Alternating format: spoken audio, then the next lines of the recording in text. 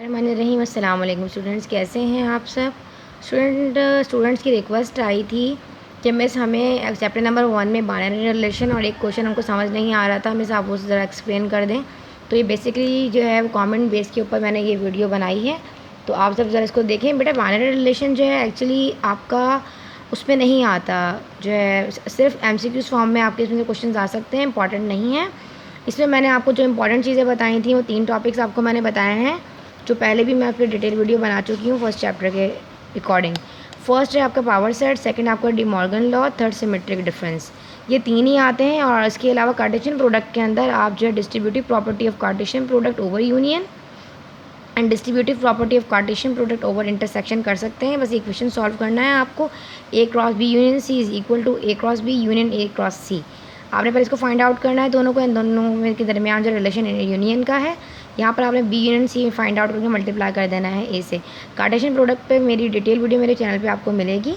अब स्टूडेंट्स अपना टाइम ज़ाया किए बगैर हम बढ़ते हैं अपने नेक्स्ट टॉपिक की तरफ। ठीक है, ये आपने ओवर यूनियन ओवर इंटरसेक्शन दोनों करनी है। बस फ़र्क ये है यहाँ यूनियन है तो यहाँ पर इसके ऑल्टरनेट यहाँ पर इंटरसेक्ट आ जाएगा।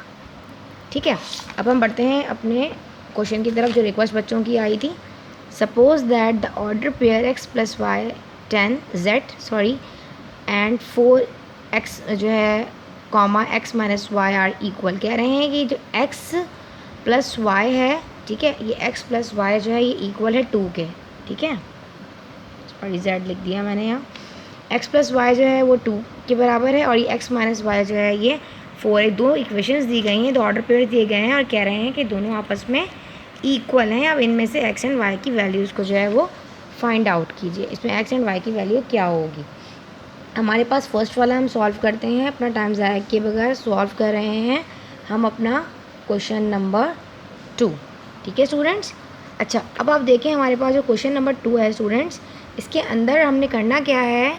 ठीक है स्टूडेंट्स, हमारे पास जो गिवन कंडीशन है वो हमारे पास यहाँ देखें, जो हमारे पास गिवन कंडीशन है वो ये है x प्लस वाई, जो इसी तरीके से है ना, ये कह रहे हैं दोनों एक दूसरे के इक्वल हैं। ये हमारे पास गिवन कंडीशन दी गई है।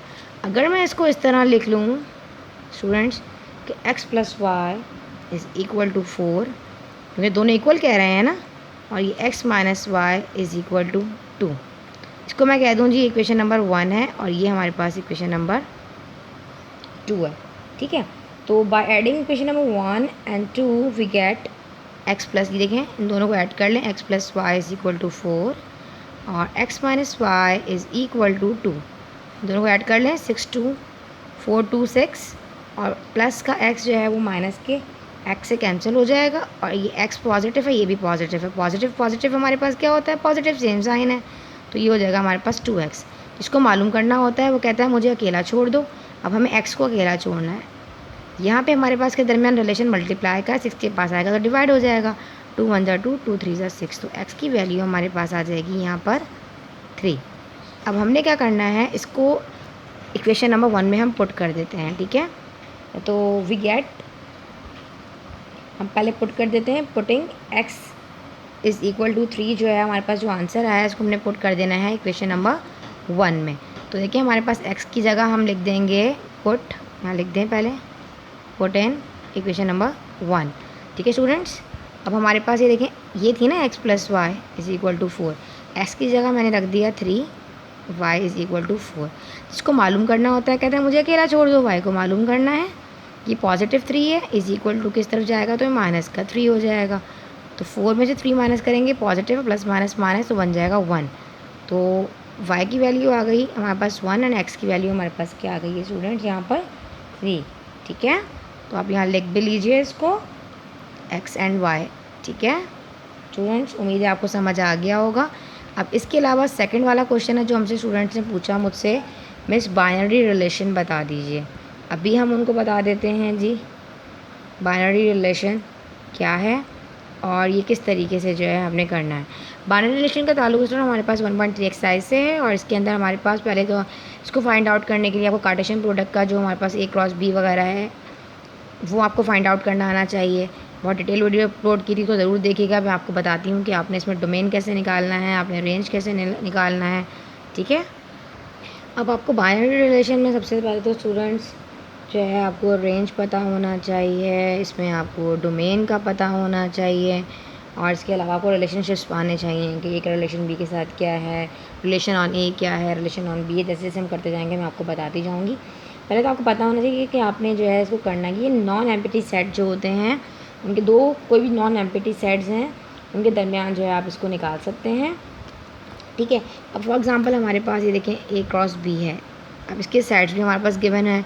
ए का सेट जो है वो इन्होंने हमें दे दिया है 1 2 3 एंड बी का सेट आप ले लीजिए जी 1 एंड 2 ले लीजिए। अब आपने ए क्रॉस बी निकालना है, ठीक है। तो आपने पहले ए क्रॉस बी है तो ए के सेट पहले लिखने हैं, ये नहीं आपने बी के पहले ले लिए 1 2 एंड 3 मल्टीप्लाई आ गया और बी जो है वो हमारे पास 1 एंड 2 है, ठीक है स्टूडेंट्स। अब आपने इसको इसके दरमियान आपने इसके पॉसिबल जो हमारे पास जो सबसेट्स होंगे, जो भी हमारे पास ऑर्डर पेयर्स होंगे पॉसिबल ऑर्डर पेयर्स वो हमें इसमें से निकालने हैं। कैसे करते हैं जी, 1 को पहले 1 के साथ करेंगे तो हो जाएगा 1 1, इसी तरह 1 को ही 2 के साथ करेंगे तो हो जाएगा 1 2, 1 ख़त्म हो गया, 2 की बारी है, 2 को 1 के साथ करेंगे तो हो जाएगा जी 2 1, फिर 2 को 2 के साथ करेंगे जी 2 2। ये मैंने कार्टेशियन प्रोडक्ट में बता चुकी हूँ आपको, डिटेल वीडियो वहाँ है, लेकिन थोड़ा सा यहाँ भी डिस्कस कर देते क्योंकि इसके बाद आपको पता नहीं चलेगा ना कि डोमेन क्या है, रेंज क्या है, ये पहले फाइंड आउट करना ज़रूरी होता है। 3 1 हो गया और ये हमारे पास हो गया जी 3 2। ये आपने इसके पॉसिबल ऑर्डर पेयर्स निकाल लिए।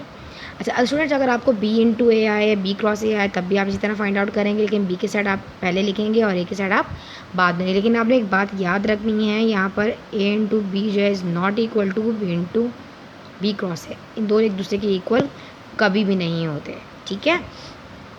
मैं आपको कर भी बता देती हूँ। यहाँ पर फॉर एग्जांपल देखें, b into B cross a ले लें, पहले आप बी का सेट ले लें, बी है 1 2 और यहाँ पर आपके पास है ए का सेट है 1 2 एंड 3। अब दे रहे इसके आप सेट पॉसिबल ऑर्डर पेयर्स बना लें तो क्या बनेंगे हमारे पास यहाँ पे 1 1 और इसके पास हमारे पास आ जाएगा 1 1 ले लेंगे, फिर हम ले लेंगे 1 2, फिर आ जाएगा जी 1 3। 1 को ही सबके साथ करेंगे, फिर 2 की बारी है 2 1 2 2 एंड 2 एंड 3, ठीक है। यहाँ तक तो क्लियर हो गया। अब आप देखें इन दोनों के जो है पॉसिबल ऑर्डर पेयर जो है एक दूसरे से डिफरेंट है, ठीक है। अच्छा अब हम पहले वाले की ले लेते हैं। अब हमारे पास इसमें हमें कैसे पता चलेगा कि हमारे पास डोमेन क्या है, हमारे पास रेंज क्या है।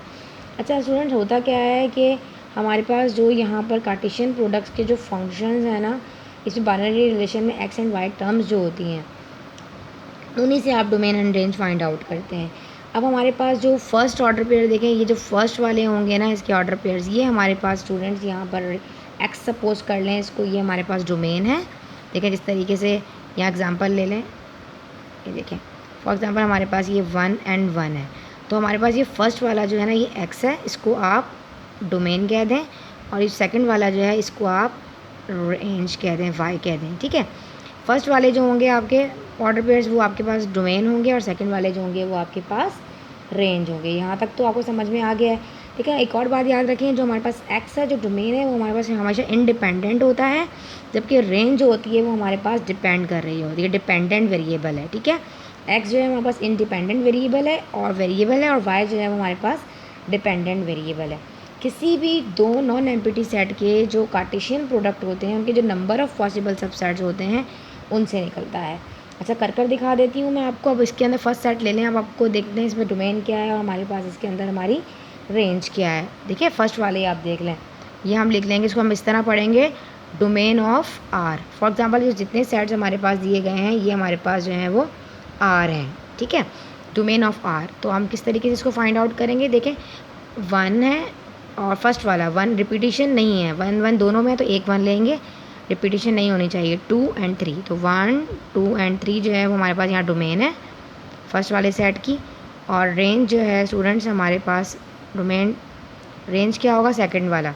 इसका देखें सेकंड हमारे पास क्या है 1, इसके पास भी 2, यहाँ 1 2 सब में है, तो सिर्फ और सिर्फ 1 एंड 2 जो है वो हमारे पास यहाँ पर इसकी रेंज आएगी। ये तो आपको समझ में आ गया। अच्छा एक और चीज़ मैं आपको यहाँ डिस्कस करती चलूँ स्टूडेंट्स, बाज़ दफ़ा ऐसा होता है वो पूछ लेते हैं आपसे क्वेश्चन में रिलेशन ऑन ए। अब तो ए दे दिया है और जो है रिलेशन कह रहा है, दो होंगे तो निकलेगा, तो इसका मतलब ये है इसको आप ए क्रॉस ए से ही फाइंड आउट करेंगे। अगर वो कह देता रिलेशन ऑन बी तो आप इसको B into B cross B से ही फाइंड आउट करते हैं, ठीक है। दोनों में बी के ही सेट रखते हैं। अच्छा, मैं आपको एक छोटी सी एग्जांपल यहाँ पर दे दूँ स्टूडेंट, नेक्स्ट पेज पे मैं आपको बताती हूँ, ठीक है।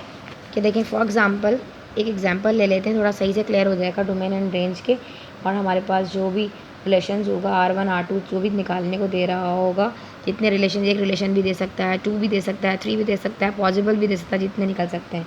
फॉर एग्जांपल हमारे पास एग्जांपल ले लें, छोटी एग्जांपल ले लेते हैं। ए है फॉर एग्जांपल 1 सेट है, ठीक है।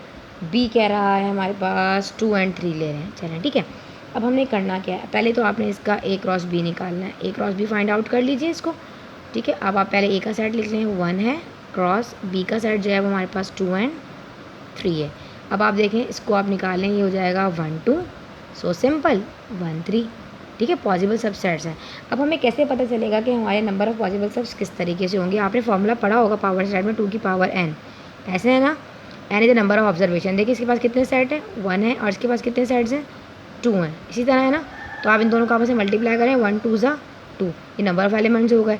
अब देखें यहाँ पावर है हमारे पास n, नंबर ऑफ एलिमेंट्स हमारे पास कितने थे, 2 2 2 ज़ा 4, तो हमारे पास 4 जो है वो सबसेट्स इसके बनेंगे। इसी के बनाकर देख लेंगे पहले हम, ठीक है। अब बना लेते हैं हम इसके बाइनरी रिलेशन निकालने जा रहे हैं हम, बाइनरी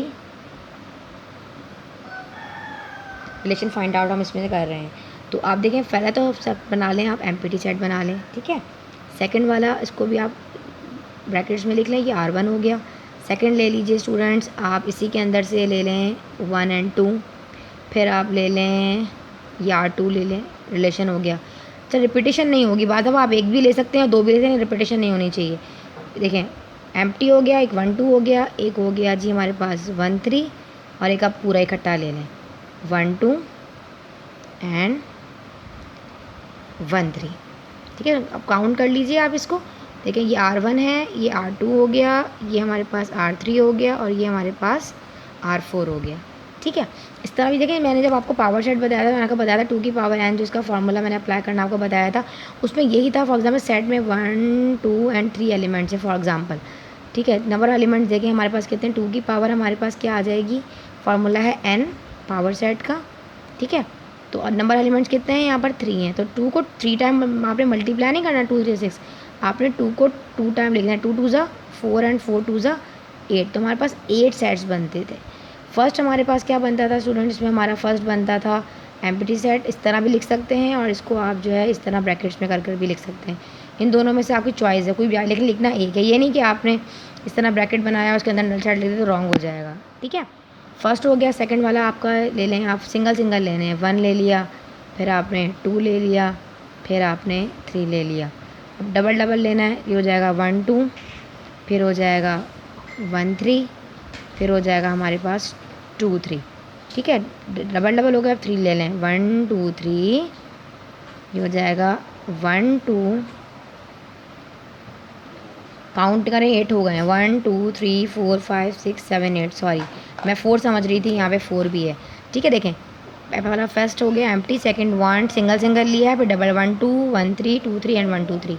उम्मीद है आपको समझ आ गया होगा। इसके अलावा बाइनरी रिलेशन में कोई प्रॉब्लम होता है बेटा तो आप लोग डिस्कस कर सकते हैं।